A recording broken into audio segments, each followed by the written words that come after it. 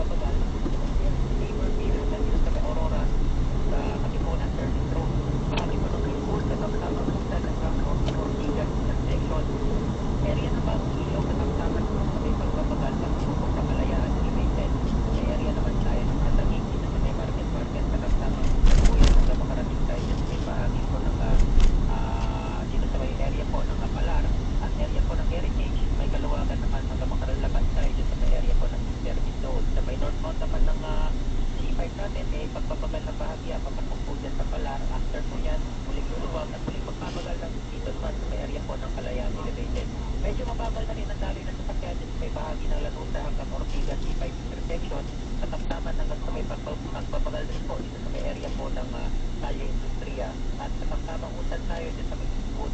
Aurora Katipunan, patungo po ng Ateneo, medyo makakaranas pa rin po tayo ng katamtaman sa may bahagyang pagpapagal. Paglagpas naman ng Ateneo, makakaranas naman po yan ng Paluwagan at katamtamang usan lamang dito sa may UP Town Center. All Galara, palabas ng Commonwealth, wala pa namang namomonitor na ano man pong problema. Yan po muna kalagayan. Ganda oh. Pinapatag na. Sila ngayong maulan at madulas ang daan. May na-report naman po sa amin ng mga vehicular accident, pero agad naman po itong nahalin at naigilin agad sa mga nakasagusap yung dalawang panig. Sa mga tumirik na Maganda dun sa fast lane, no? Kitang-kita mo ginagawa. Linis. Intersection.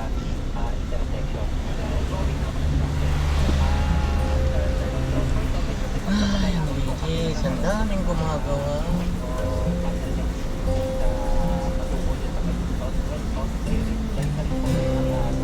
Yan o.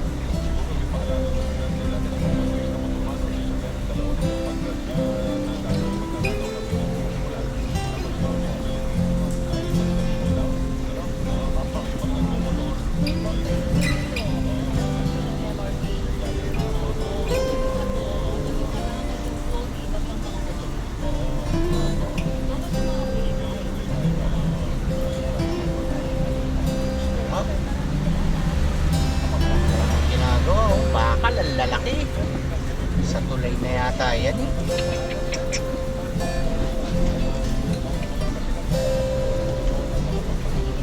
Makadali lang sa tulay, luluwag dito. Sa tulay na to. Dami talaga oh.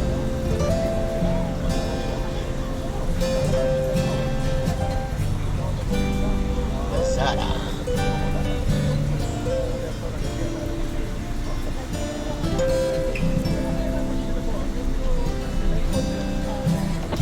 Dali.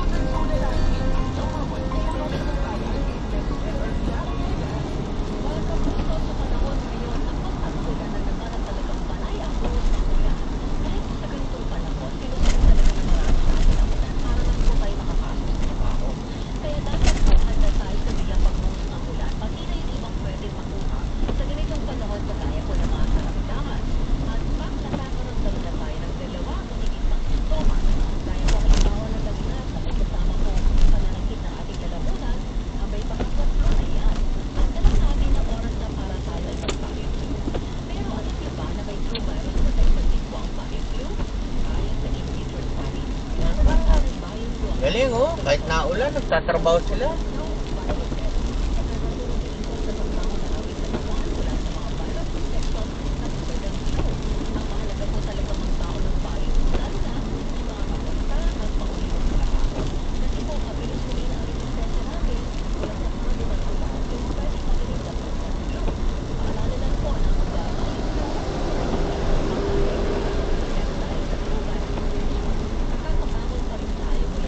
Ibingin, no?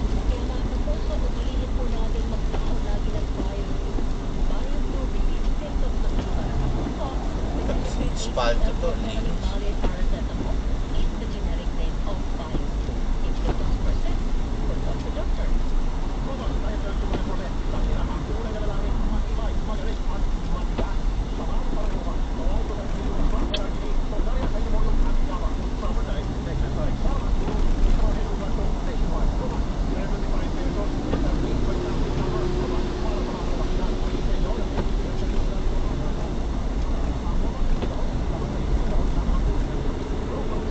Parang bago ni Mitra.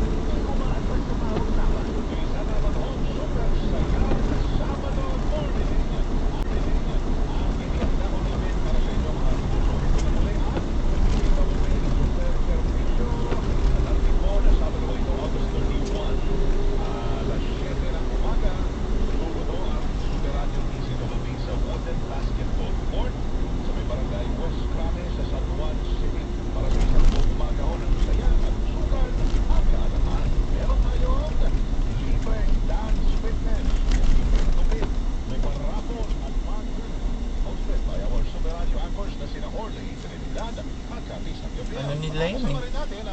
Pera na nila, billion-billion nila. Hindi pa narasas. At Rain Hillary. Pagpatak naman ng alas 9:30 ng umaga.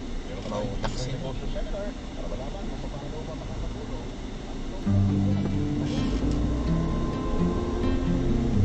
Lubog lang sa wooden basketball court as early as 6:30 a.m. ng umaga para makapag-register ulit. DCWB Super Servicio at insenyo ng Flaco sa Tuliang Barangay ng Barangay West Krames sa San Juan City at ang Super Radio DCWB 594. Panatiling masaya ang paglilibang. Ang paglalaro sa kasino ay para sa may edad 21 pataas lamang. Magtakda ng oras at pinagahan ang gastos sa paglalaro. Huwag magsugal kung nalulungkot. Huwag hayaang makasira ng buhay at pamilya. Para sa impormasyon, tungkol sa responsible gaming, tumawag lamang sa hotline number 02-8404-0171. Pag-istahin ang www.casinofilipinos.ph. Isang mensahe mula sa Time 4. Keep it fun. Game responsibly. Marami pong hindi magandang epekto ang pasalulog sa sugal. Bukod sa malaking halaga ng salapi ang posibleng mawala, nandyan pa yung mahabang oras at nilalaan ko sa sugal sa na po na para sa ating pamilya. Nababaon sa utang o nagbibenta ng mga ari-arian dahil lamang sa sugal. Kung kailangan niyo po ng tulong o maging isang maayos sa buhay, may mga programang Philippine Abuse and Abuse Corporation of Bangkok na tulad po ng Payer Exclusion Program. Para po sa detalye at impormasyon tungkol sa gambling problem, bisitahin ang www.passport.ph/regulatory/responsible. Pinapaalala mula sa Passport Game Playing Game Responsibly.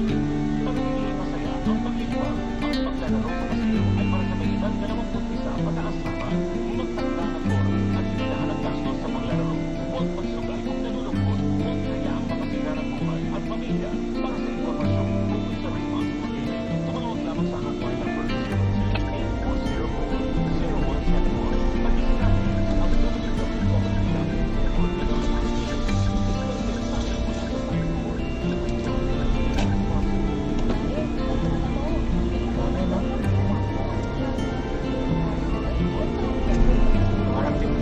Parang 15 seconds lang.